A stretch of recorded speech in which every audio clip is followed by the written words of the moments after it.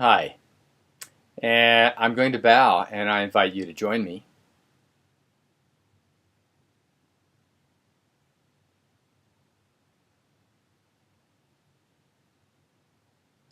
Here we are, Unit 4, and the big news on this side is the rain and the floods in Boulder County recently. We're okay here. My house sits on sort of high ground, but boy, all around there's a lot of trouble.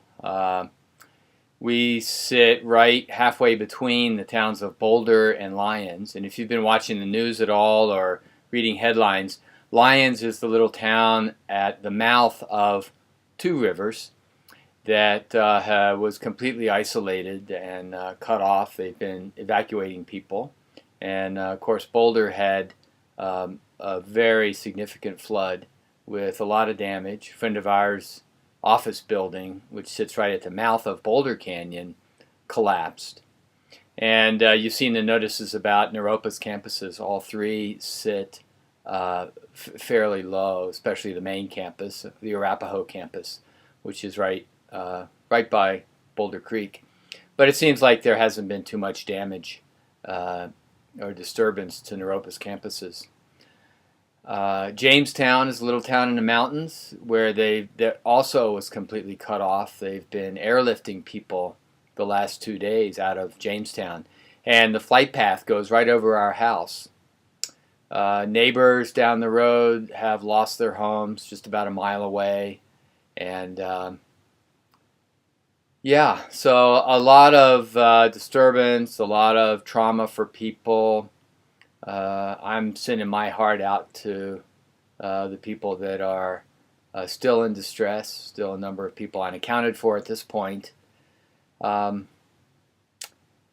the same time, I've been really impressed again with how resilient people are and how people come together in times like this. It's been really beautiful to see, just as we walk a mile down the road to look at a stream that used to be 6, maybe 8 feet wide, now is at least a quarter mile wide.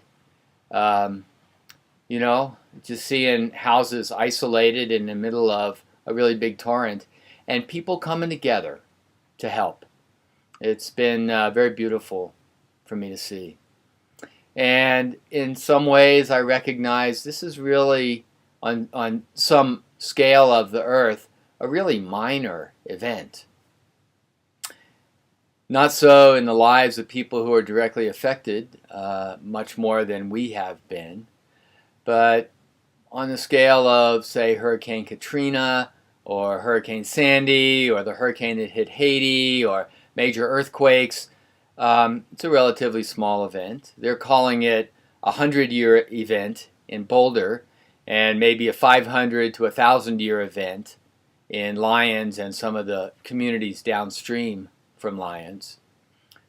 But, in geologic time, these things happen regularly. So I'm personally finding it very humbling in my relationship to the earth, my relationship to the land, my relationship to other people. The first couple days when things were pretty dicey right here, power was mostly off, water supplies were iffy. We pulled together, my neighbors and I. We ended up making soup and getting together one night. It was a genuine community gathering, impromptu and really kind. And I spent time with my neighbor 2 doors down who had a lot of old baby pictures and memorabilia stored in their basement, and the basement flooded all the way. She lost that. So the best she could do was cry. The best I could do is say, this is a good time to cry. So my heart goes out to people, and if you're inclined that way, just to let your energy go to people who need it right now. The vulnerability, the humility that I feel is deep for me. It's touching. And I won't go on except to also say that I apologize for not having Unit 4 up and ready to go yet. Time I had planned to do that we were without power, and power was real spotty. Today it looks fine, and I'm hopeful that things will be steady again for a while. Now, Unit 4, Eco-psychology and Transpersonal Psychology. I may have said this before about other units, but this is one that's particularly dear to me, this confluence of these two major streams. I know that some of the material that you'll be encountering in the readings and especially in the lecture this week is going to be familiar to you. Maybe even some of the same sentences that I've used other places. So I hope it doesn't feel overly redundant. Maybe it'll make some things more transparent. Concepts and notions and definitions of transpersonal psychology. That would be a great outcome of this unit, actually. If you feel like, oh yeah, this is a clear, transparent, cogent, coherent definition of transpersonal psychology. And maybe also some elements of eco-psychology will come clear. You'll be hearing it come in a different way from me than for those of you in Tina Field's class are hearing about eco-psychology over there. We decided to use the same reading. I think she used it last week and I'm using it this week, a chapter that Janine Canty and I wrote for an upcoming book that should be out next month on transpersonal psychology. The chapter is eco-psychology, but as part of a handbook of transpersonal psychology, it takes a transpersonal psych approach to it. And yeah, so I hope that given it 2 weeks will allow you to reread it, reread some sections that may have been less clear, and dig deeper into it. I'm glad to have any questions about that chapter that you have on your mind. So I hope there'll be some new things this week for you. I hope there'll be some things that reaffirm what you have already been understanding. And I hope there's some pieces that make things get more clear for you. I'm looking forward to the discussions.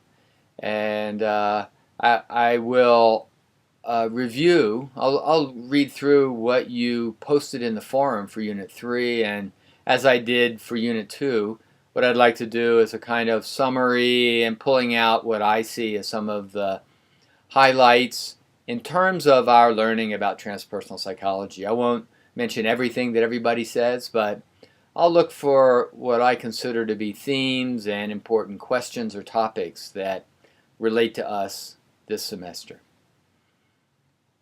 So I hope you're well, I hope you're safe and sound, and I look forward to seeing you online. I'm going to bow now.